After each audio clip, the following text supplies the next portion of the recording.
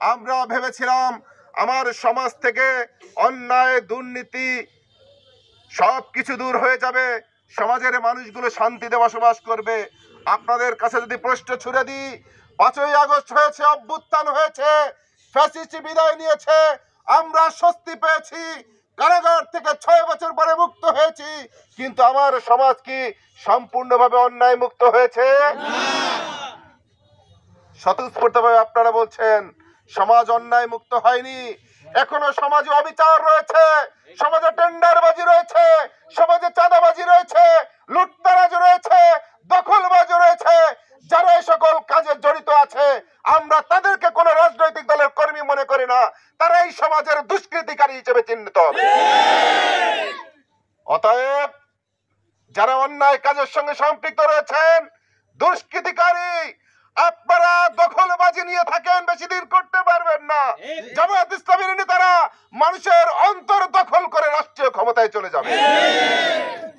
সম্মানিত ভাইরা, বাংলাদেশ জামায়াত ইসলামীর আমির ডক্টর শফিকুর রহমান সাহেব বলেছেন, বাংলাদেশে জামায়াত ইসলামী এই জাতির ক্ষমতা দখল করতে চায় না, ক্ষমতায় যেতে চায় না। যদি কেউ ক্ষমতায় চলে যায়, সে জনগণের উপর প্রভুত্ব খাটাতে পারে, জনগণকে পিষ্টাতে পারে, জনগণের উপরে অন্যায় আচরণ করতে পারে। এজন্য বাংলাদেশ জামাত ইসলামী ক্ষমতা নয়, বাংলাদেশ জামাত ইসলামী এই জাতির সেবক হিসেবে দায়িত্ব পালন করতে চায়। কারণ সেবকদের কাজ হচ্ছে জনগণের সেবা করা, এবং এই সেবার মাধ্যমে আমরা মহান রব্বুল আলামিনের সন্তুষ্টি অর্জন করতে চাই। সম্মানিত ভাইরা, আপনারা সবাই অবগত রয়েছেন, বাংলাদেশ জামাত ইসলামী একটি আদর্শ সমাজ গঠন করতে চায়, অন্যায় জুলুম মুক্ত সমাজ গঠন করতে চায়, কোরআনের আলো এই সমাজটাকে আলোকিত করতে চায়। এই সমাজে শান্তি আনার জন্য আমরা অনেক মতবাদ প্রতিষ্ঠিত করার চেষ্টা করা হয়েছে। এই সমাজে শান্তি শৃঙ্খলা বজায় রাখার জন্য অনেক আইন করার চেষ্টা করা হয়েছে। এই সমাজকে সুষ্ঠুভাবে পরিচালিত করার জন্য অনেক মানুষ চেষ্টা করেছে, কেউ এই সমাজকে শান্তি দিতে পারেনি, স্বস্তি দিতে পারেনি, সমাজের মানুষের অধিকার তাদেরকে ফিরিয়ে দিতে পারেনি। কারণ তারা নিজেদের মাথার থেকে তৈরি করা আইন দিয়ে এই সমাজ পরিচালিত করতে চেয়েছে। বাংলাদেশে জামায়াত ইসলামী এই সমাজের মানুষের মাথা দিয়ে যে আইনগুলো তৈরি হয় তা নয়, আল্লাহ রাব্বুল আলামিন যে বিধান পাঠিয়েছেন সেই বিধান দিয়েই এই সমাজ গড়ে তুলে একটি শান্তিময় সমাজে রূপান্তরিত করতে চায়। সম্মানিত ভাইরা, একটি সমাজ গঠনের জন্য, সমাজের শৃঙ্খলা ফিরিয়ে আনার জন্য এমনি এমনি সম্ভব নয়।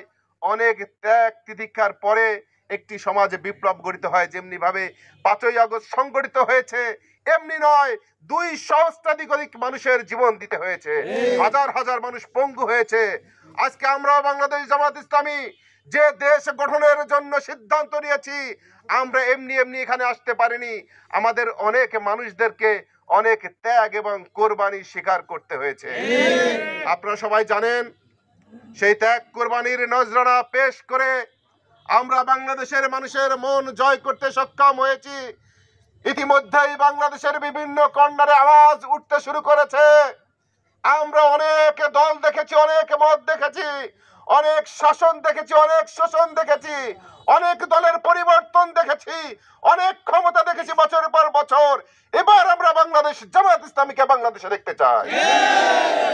সুতরাং এবার জনগণের প্রত্যেকটি ভোট দাঁড়িপাল্লার পক্ষেই হোক, এই স্লোগান নিয়ে আমরা মাঠে ময়দানে ঝাঁপিয়ে পড়তে চাই।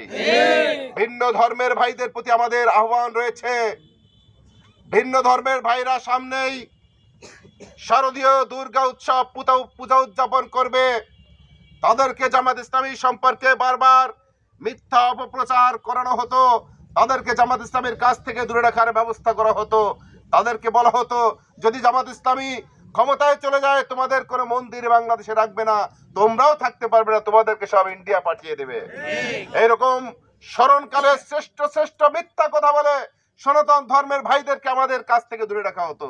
কিন্তু 5 তারিখের পরবর্তীতে আমরা দেখেছি আমাদের আমিরে জামাত মানবতার ফেরিওয়ালা ডক্টর শফিকুর রহমান সাহেবের নির্দেশ পেয়ে সারা বাংলাদেশে সমস্ত মন্দিরগুলোতে আমরা পাহারার ব্যবস্থা করেছি।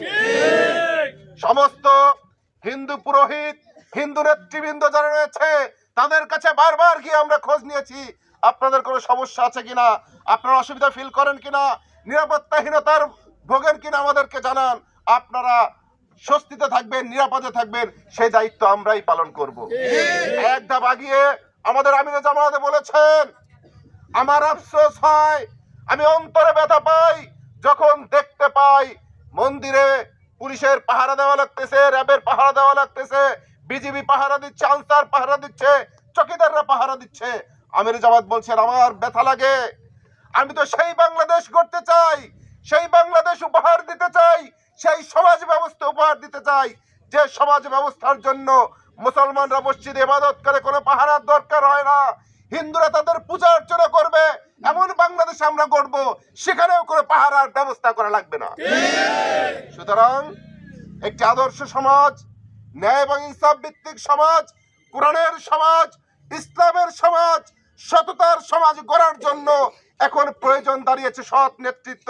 সেই সৎ নেতৃত্ব প্রতিষ্ঠার জন্যই সংগ্রাম করছে বাংলাদেশ জামাত ইসলামী। আজকে এলাকার মানুষদের প্রতি উদাত্ত আহ্বান জানাই, ব্যক্তি সৎ না হলে নেতৃত্ব সৎ হয় না। জামাত ইসলামীর নেতারা ব্যক্তিগতভাবে অর্থ লিস্পা নয়, অর্থের পাহাড়ে গড়তে চায় না, বাড়ি গাড়ির মালিক হতে চায় না। তারা শুধুমাত্র সৎ নেতৃত্ব এই সমাজে প্রতিষ্ঠিত করার জন্যই তাদের চেষ্টা অব্যাহত রাখছে। কারণ সৎ নেতৃত্ব ছাড়া সমাজ কোনোভাবেই ভালো দিকে পৌঁছানো সম্ভব নয়, সমাজ পরিবর্তন করা সম্ভব নয়। আমরা কালে কালে অনেক বছর পার করে ফেলেছি, অনেক দিন পার করে ফেলেছি। আপনাদের প্রতি সর্বশেষ আহ্বান, আগামীতে জাতীয় সংসদ নির্বাচন আসছে। আমরা সেই নির্বাচনে সমস্ত প্রকার জুলুম, অন্যায়, অবিচার সবকিছুর মূলোৎপাটন করে একটি আদর্শ, ন্যায় এবং ইনসাফ ভিত্তিক সমাজ প্রতিষ্ঠার জন্য কাজ করবো কিনা আমরা? আল্লাহ রাব্বুল আলামিন আমাদেরকে তৌফিক দান করুক। আমরা ঐক্যবদ্ধভাবে সুন্দর সমাজ বিনির্মাণের স্বপ্ন দেখছি। একত্রিত থাকলে কোনো অন্যায়কারী, জুলুমকারী আমাদেরকে পিছনে হটাতে পারবে না। আমরা আগামী জাতীয় সংসদ নির্বাচনের মাধ্যমে বাংলাদেশে একটি ন্যায় এবং ইনসাফ ভিত্তিক সমাজ প্রতিষ্ঠিত করেই ক্ষান্ত হব ইনশাআল্লাহ। বাংলাদেশ জিন্দাবাদ, বাংলাদেশ জামায়াত ইসলামী জিন্দাবাদ।